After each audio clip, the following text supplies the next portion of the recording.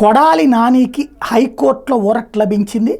ఏదైతే ఇంతకుముందు తెలుగుదేశం పార్టీకి సంబంధించిన వాళ్ళు పిటిషన్లు వేసినప్పుడు ఎట్లాంటి తీర్పు వచ్చిందో ఇప్పుడు కొడాలి నానికి కూడా అట్లాంటిదే వచ్చింది. ఏదైతే కొంతమంది వాలంటీర్లను బలవంతంగా రాజీనామా చేయించారంటూ పెట్టినటువంటి కేసు నేపథ్యంలో వాలంటీర్ల ఫిర్యాదుతో గుడివాడ ఇది కొడాలి నాని మీద కేసు నమోదైతే తనని అరెస్ట్ చేయొద్దంటూ హైకోర్టులో వేసినటువంటి పిటిషన్ మీదన హైకోర్టు కీలకమైన తీర్పు ఇచ్చింది.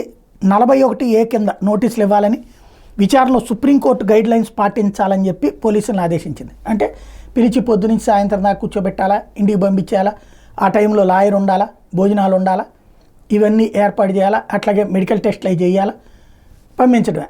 అరెస్టు అన్నటువంటి విషయం ఆ తర్వాతన ఇంతకుముందు కూడా 41A నోటీసులు ఇచ్చిన తర్వాత ఎవరిని అరెస్ట్ చేయలేదు. అలాంటి కాన్సెప్టు ఇప్పుడు వచ్చినట్టు అనమాట. అది నానికి ఊరట కలిగించే పరిణామం.